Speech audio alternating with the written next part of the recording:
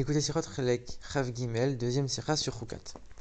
Alors le rabbi ici, il rappelle un grand principe dans l'explication de Rashi. C'est que Rashi, il ne vient expliquer que le sens simple du texte. Et quand Rashi ramène une explication du Midrash, de la Haggadah, c'est uniquement parce que le sens simple ne peut être compris que grâce à ça. Et ici dans notre paracha, on nous dit que les Bnei Israël ils sont arrivés sur la rive de Arnon. Et le verset nous dit, on va écrire dans le livre des guerres de Dieu ce qui est arrivé à Soufa et les fleuves de Arnon. Et la cascade des fleuves qui s'est penchée vers Shevet Ar, et qui s'est tournée vers la rive de Moab. Et Rashi nous explique très clairement, les Juifs ils ont dû passer un chemin très sinueux entre deux montagnes. Et les Hémorim se sont cachés sur ces deux montagnes-là, avec des flèches et des pierres à lancer sur les Juifs, pour que quand ils passent devant eux, ils puissent les assassiner d'en haut. À ce moment-là, Dieu a fait un miracle, c'est qu'il a fait trembler la terre.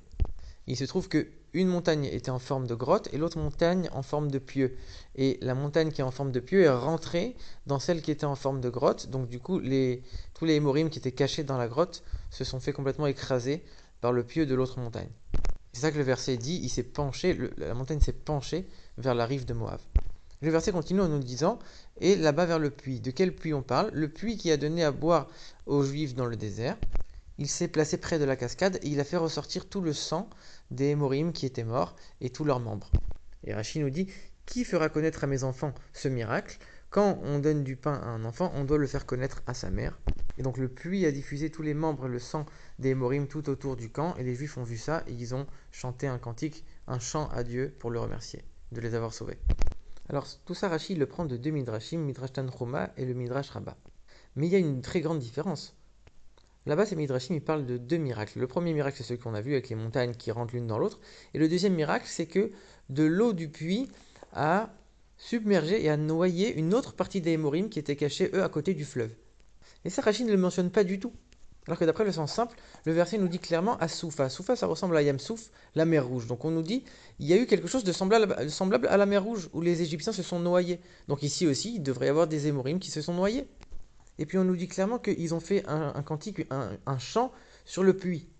Mais le puits ici, il a fait que dévoiler le miracle. Mais c'est que quelque chose d'accessoire. Pourquoi tu vas faire un chant sur le puits?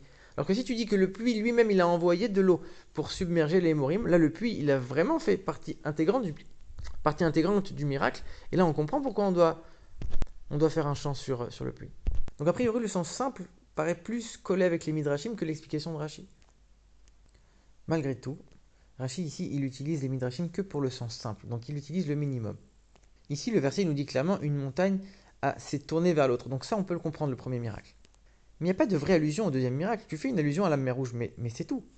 Par contre, tu dis la cascade qui a déversé, donc ça on comprend bien que le sang s'est déversé dans le puits. Mais à aucun moment on voit une allusion au fait que le puits lui-même, il a noyé les Hémorim, ça on le voit nulle part. Et Rashi reste beaucoup plus collé au sens simple, sans développer des choses, contrairement au Midrash. Donc pour l'instant, on comprend encore. Alors on voit des différences entre le Midrash, les Midrashim et Rashi. Les Midrashim, ils disent que on a fait sortir les crânes, les bras, les jambes des Hémorim. Et Rashi, il dit, c'est le sang qui est monté avec les bras et les membres. Alors pourquoi Rashi, il change? Ça, on peut le comprendre. D'ailleurs, c'est bizarre, pourquoi Rachid mentionne les membres? Les bras, ça fait partie des membres. Mais Dieu, il voulait montrer quelque chose au peuple juif. C'est pas de n'importe qui que je vous ai protégé, c'est des gens qui sont très forts. C'est pour ça que je vous montre les bras. Pour montrer, je vous ai protégé de guerriers qui étaient très forts. Mais si je vous montre que des bras, c'est un deuxième miracle qui est inutile. Donc je vous montre des bras et aussi des autres membres. C'est ça que veut dire Rachid ici. Mais pourquoi Rachid il rajoute le fait qu'il y a du sang qui est venu? D'où il le sort? Mais finalement, quand on y réfléchit, en fait, c'est juste de la logique. Rachid, il est là pour le sens simple. Dans un puits, quand on dit il va couler quelque chose, forcément qu'il doit y avoir du sang. Tu ne peux pas juste dire que les membres vont sortir tout seuls. C'est un puits où on dit il y a une cascade qui va couler, forcément qu'il y a du sang. Sinon, on n'aurait pas, le verset n'aurait pas évoqué le mot déverser quelque chose qui va se déverser dans le puits. Forcément qu'ici, on parle que du sang. Maintenant, il y a encore deux autres différences entre le Midrash et Rachid. Rachid, il rajoute une parabole. Il dit quand tu donnes à manger à un enfant, va le faire savoir à sa mère. Mais ça vient nous rajouter quoi ici? Quand tu rajoutes une parabole, c'est qu'il y a quelque chose de difficile à comprendre, que tu as envie d'imager quelque chose. Ici, on ne comprend pas Quelle est la difficulté? Pourquoi Rashi ramène une parabole? Et quel rapport avec le contexte? Et la deuxième différence, c'est que le Midrash il nous dit que le puits il a fait ressortir les membres à l'extérieur du camp et on l'a découvert de manière fortuite par la suite. Alors que Rashi dit non, c'est le puits, il a tourné autour du camp et il a diffusé, il a envoyé les membres et le sang partout autour du camp pour que bien tout le monde puisse voir. Alors, on sait très bien que Dieu ne fait pas des miracles pour rien. Bon, pourquoi Dieu aurait rajouté ce miracle encore?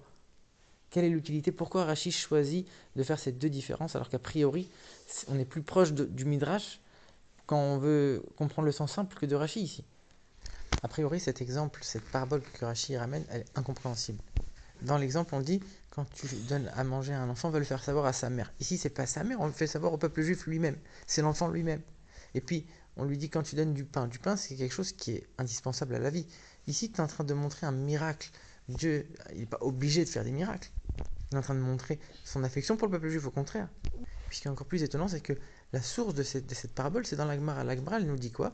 Elle nous donne cette parabole et une autre. Elle nous dit quand tu donnes un cadeau à ton ami, fais-le lui savoir. Et ça aurait été beaucoup plus adapté de prendre l'exemple du cadeau. Ici, on ne parle pas du pain, quelque chose qui est nécessaire, on parle d'un cadeau, quelque chose en plus, c'est parfait. Et en plus, on parle de l'ami, on parle de l'ami lui-même. Donc, ici, ça colle beaucoup plus. Pourquoi Rachid n'a pas choisi cette parabole-là?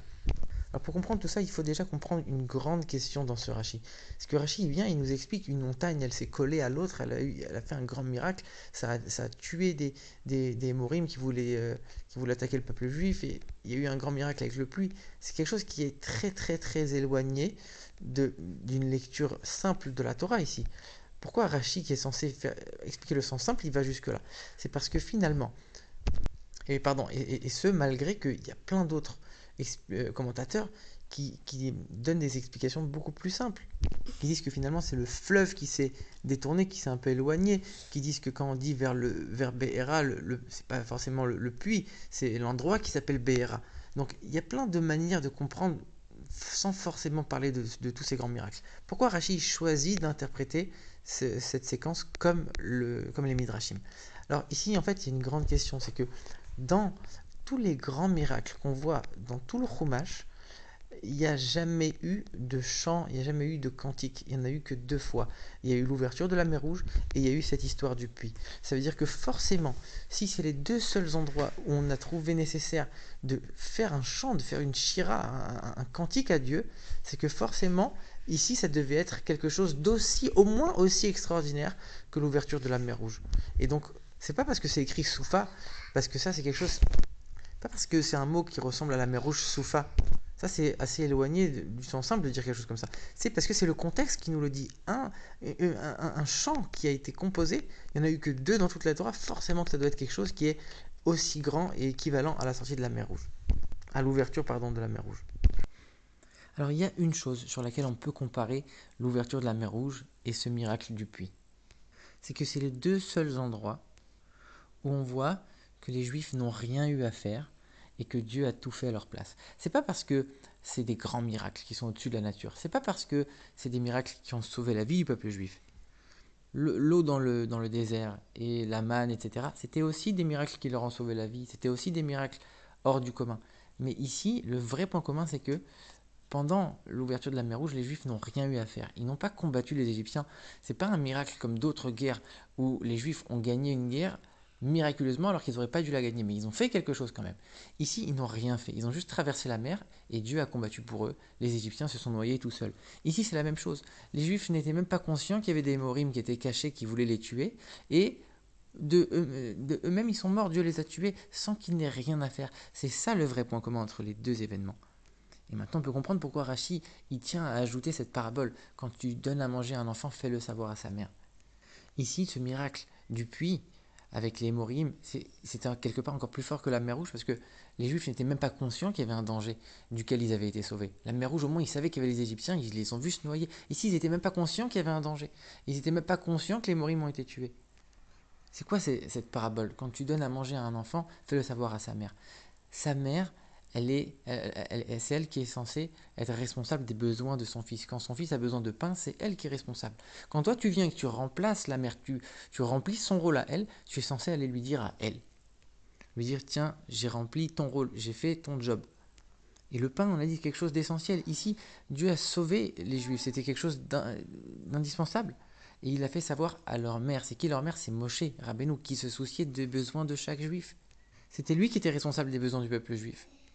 En toutes circonstances, en toute situation. Donc ici aussi, on a eu ce même concept d'aller faire savoir à leur mère, je t'ai remplacé, c'est pas toi, Moshe, qui a sauvé le peuple juif cette fois, c'est moi et personne n'a rien eu à faire.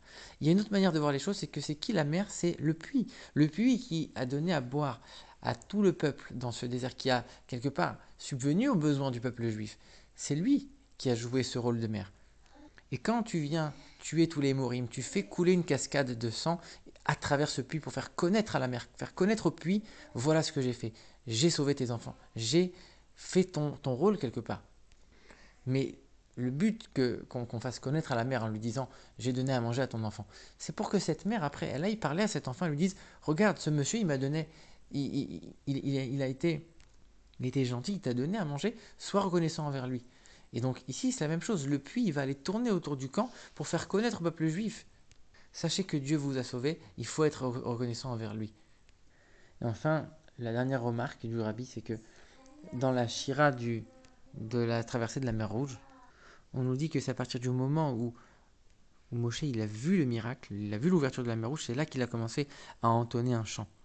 Donc on a l'impression que le fait de voir le miracle, c'est ça qui est lié au chant. J'ai vu, donc j'ai remercié, j'ai loué Dieu. Et c'est pour ça que Rashi, il tient à dire, c'est le puits qui a diffusé les membres et le sang autour du peuple, autour du camp, pour que les Juifs voient ce miracle.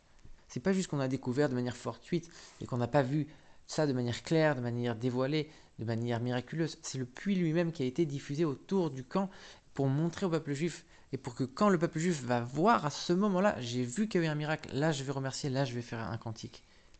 Et c'est pour ça qu'il est tout particulier ce cantique, c'est quelque part le deuxième, le seul, avec la sortie de la mer, l'ouverture de la mer Rouge. Ce fameux chant, ce fameux cantique du puits qui loue de manière si extraordinaire la bonté de Dieu envers le peuple juif.